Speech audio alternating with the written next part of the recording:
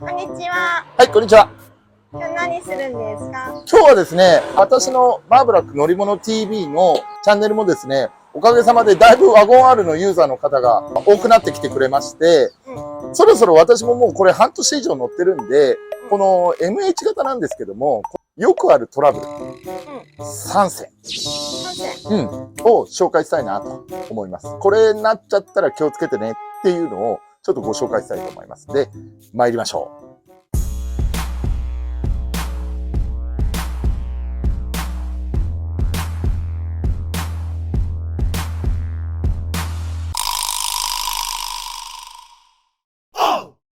はい、じゃあまず第1戦目なんですけども、はい、まず1つ目は、このハッチのダンパー。これは正直、ハッチバックの車とかだったら、どの車でもあるんですけど、この方のワゴン R ってだいぶほら、もう年式が経つじゃないですか。なので、やはりこのダンパーがよく壊れてきちゃうんですよ。で、この車も現に買った時、ダンパーがへたってて、もう、バターンと、離しちゃうとバターンと閉まっちゃうような感じだったんで、これは危険だなということで、中華製みたいなのでダンパーが売ってて、非常に今もうこれ確か3、4千円とかで買えるんですよ。なので、このダンパーの音が出てきたりとか、あとは、この押さえが効かなくなってきたっていう。とかっていうのはもうダンパーのこの油圧が抜けてきてる証拠なんで、その時になったらもう交換時かなっていうのがありますので、それを判断材料としてみてください。はい。これね、状況によっては、開けて荷物乗っけてる時に、落ちてきて頭ゴーンってぶつけちゃう時とかあるんで、これ十分気をつけないといけませんので、もし音が聞こえてきたりとかだったら、早めに交換した方がいいと思います。はい。ということで、ハッチのダンパーがまず第一戦でした。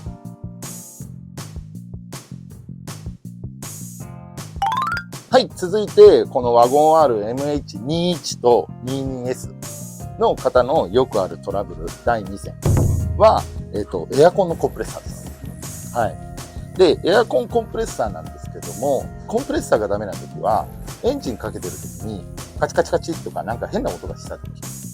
あとはエアコンが全然効かないとか、そういう時なんかは、このコンプレッサーが結構怪しい感じです。また、こっちなんですけども、ここの中の、ここに、エ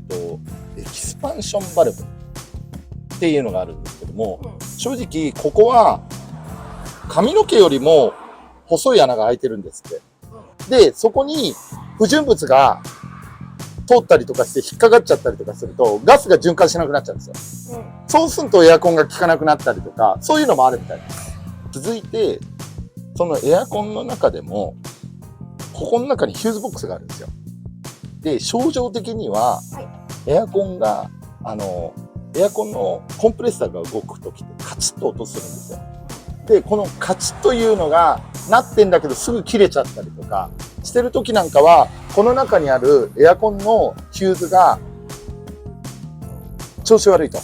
いう風になってるんで、意外にコンって叩くと治ったりとかするときなんかは、この中のヒューズがもうダメらしいんで、その時はこの中のヒューズを交換してください。はい。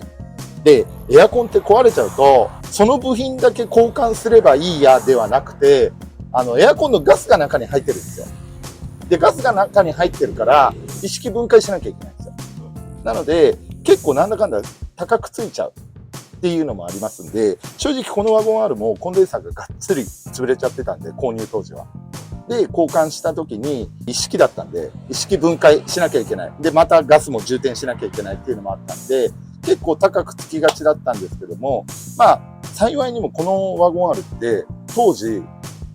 軽自動車で販売部門第1位だったんですよ。なので、めちゃくちゃ弾数があるんですね。とってもお安く修理ができたんです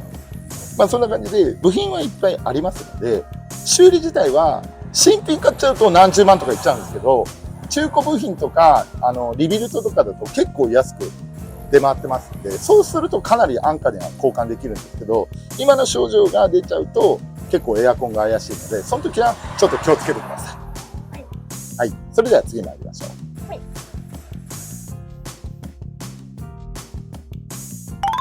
続いてなんですけども、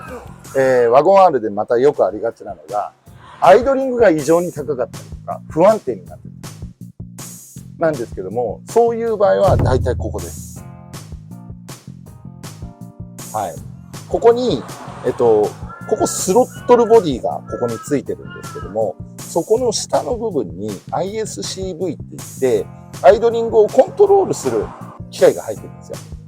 で、その機械が壊れると、アイドリングが不安定になったりとか、やたらアイドリングが高くなっちゃったりとか、そういうのがしますんで、大体そういう時はここの ISCV が怪しいと思ってください。はい。はい。で、またこれ立ちが悪いのが、この ISCV を交換したから、はい、治りますかって思いがちなんだけども、ISCV が壊れると、その壊れた信号がコンピューターに送られちゃうんですよ。で、そのコンピューターも、それを正常だと受け取っちゃうから、コンピューターもおかしくなっちゃうらしいんですよ。なので、これが壊れたときは、ISCV っていうのと、コンピューター。この2つをセットで交換しないといつまで経っても治らない症状が出ちゃうらしいんで、必ずこれおかしいなって思った時はこの2つをセットで交換してください。で、続いてなんですけども、ここ M さんね、このワゴン R も頑張って交換したけど、ここのストラットの部分のブッシュ、これがね、へたってくるとガタガタ落としたりとか、あとはホイールの方についてる、ホイールのところのアームについてるここのスタビリンク、ここのブッシュなんかも傷んだりとかくたびれてくると、やはり段差とかでゴトゴトとかガタガタとか異音が出だすんですよ。なので、もし修理するときなんかは上のストラットと、あとスタビリンクなんかを交換すると結構音が解消されたりします。で、もし予算に余裕があるんであるならば、同時にタイヤとかこのナックルっていってホイールのついてる付け根のところがあるんですけども、それを支えてるロアームっていうところも結構ゴムが切れたりとかで振動音が出たりとか、あとはアライメントがずれたりとかしちゃうので、そうするとまっすぐ走らなかったりとか、そういう症状も出てくるので、予算に余裕がある場合はそこなんかも一緒に交換するといいと思います。続いて、また続くの3線でしたね。まだあります。せっかくなんで、ワゴン R ユーザーさん見てくれてるんで、私が経験してきたものっていうのを一応全部お話しできればなと思いまして、続いていっちゃいましょう。はい。続いてなんですけども、これもどの車でも起こりうる症状なんだけど、今の車って、ここのヘッドライトのレンズとかって樹脂なんですよ。昔はガラスとかだったんだけど、安全上の兼ね合いで樹脂になっちゃったんですよ。とある年から。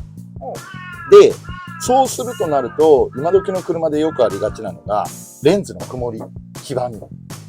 よくあるじゃないですか。黄ばみ嫌じゃないですか。じゃあこれどうやって少しでも長くならない、黄ばんだりとかしないように抑制するかって言いますと、これ洗車の時とかに、ここにワックス塗っちゃうんですよ。で、ワックス塗っちゃえば、このレンズの上に皮膜ができるんで、少しでも耐久性は持ちます。で、現にこれも最初購入した時はだいぶ黄ばんでたんですけど、一回コンパウンドで磨いて、で、その後にワックスの皮膜をしてからは、もう全然持ってます。で、綺麗に水も弾くし、耐久性も全然増しますんで、ぜひね、これ、ワックス結構ヘッドライトとかにやっちゃいけないかなと思いがちなんだけど、結構私なんか樹脂でやっちゃってても別にこれといって何も不備はないんで、それで皮膜あった方がね、耐久性上がると思いますので、私はこれはワックスやった方がいいってよくお友達なんかに推奨してます。ということで、私もね、もう半年以上このワゴン R 乗って、いろんな症状に出てきて、幸いなことにこの動画見てくださってる視聴者さんも、このワゴン R MH21 とか22型っていうのに乗ってる視聴者さんも多いんで、ちょっとでも少しでも参考になればなと思いまして、今回この動画を作らさせていただきました。私よりももっともっとそういうなんかいろんなトラブルに見舞われたっていう方もいるかもしれないんですけども、まだなってない方なんかはちょっとこれ参考にしていただければ幸いかなと思いますので、ぜひ参考にしてみてください。はい。はい。ということで、最後までご視聴いただき誠にありがとうございました。この動画がいいねと思ったら、